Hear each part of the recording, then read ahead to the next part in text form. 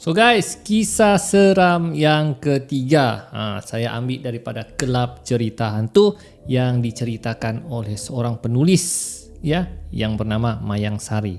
So dia ceritakan, si Mayang ni pengalaman dia masa kecil, masa dia balik ke kampung. Si Mayang ni dia ada kelebihan boleh melihat benda yang orang tidak boleh lihat dah. Dalam arti kata lain, hijab mata dia terbuka, dia boleh lihat. Cuma dia tidak bagi tahu siapa-siapa yang dia boleh nampak. Jadi mereka balik kampung hari raya, kalau saya tidak silap cerita dia tu. Jadi ada beberapa orang keluarga lah, sepupu-sepupunya pun datang berhari raya. Dan di depan rumah nenek dia tu ada satu pokok beringin, dan di pokok beringin tu ada satu buayan yang atuk dia pernah buat lah, atuk dia buat. Jadi malam tu dia dan sepupunya ni merancang, cakap, atuk cakap di pokok beringin tu malam-malam ada orang, ada hantu main buayan. Ya kau? Ya. Malam ni siapa mau pergi tengok, kita tengok. Boleh. Ayolah kita tengok malam ni. Tapi kita mesti berjaga, ya. Jangan tidur. Kita tengok sampai buayan tu bergerak. Boleh. Kemudian diorang ajaklah si Mayang tu. Mayang, kamu ikut enggak Mayang? Si Mayang cakap, aku nak mau, aku nak ikut dengar. Sebab si Mayang ni tahu dia nampak benda tu, jadi dia tidak mau.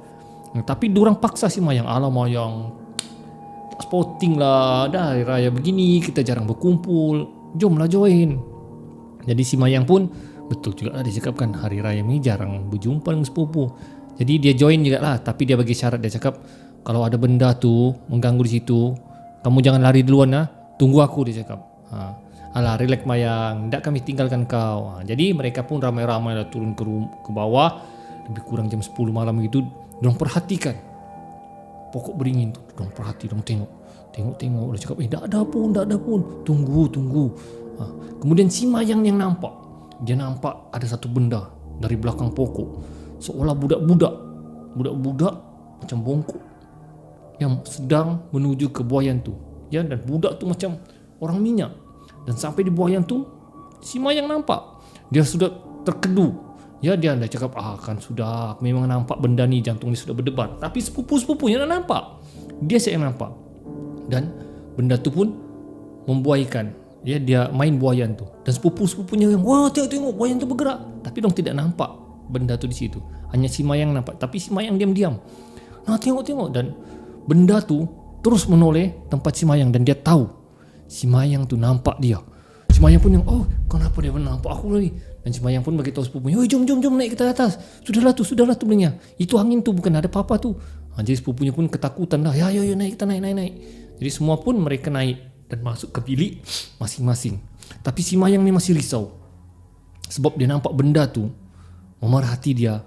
Dan masa mereka naik ke rumah, benda tu pun jalan menuju ikut ke rumah, tapi tidak dapat masuk rumah. Dia hanya di luar. Dan bila si Mayang jenguk dari tingkap, benda tu masih melihat dia dari luar, menunggu.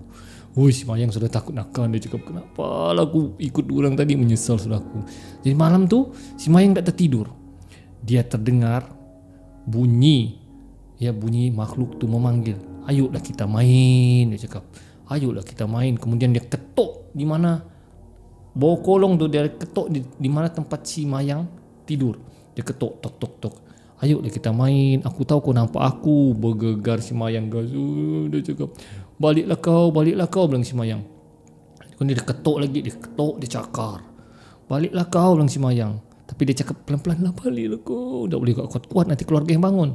Ayolah kita main. Kemudian makhluk tu pergi tingkap lagi, ya. Dia jenguk di tingkap, ayolah kita main, aku tahu kau nampak. Dia cakap.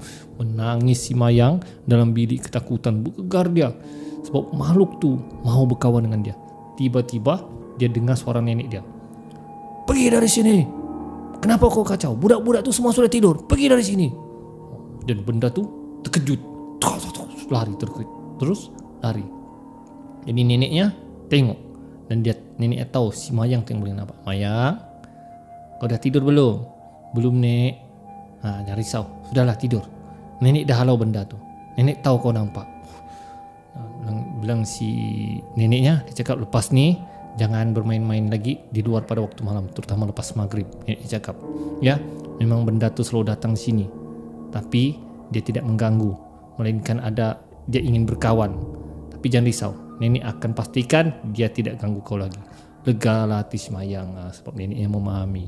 Dan barulah dia dapat tidur. Dan selepas tu dia sudah berhati-hati tidak mau bermain malam di luar lagi, kerana dia tahu, dia nampak benda tu dan dia tahu benda tu akan cuba berkawan dengan dia.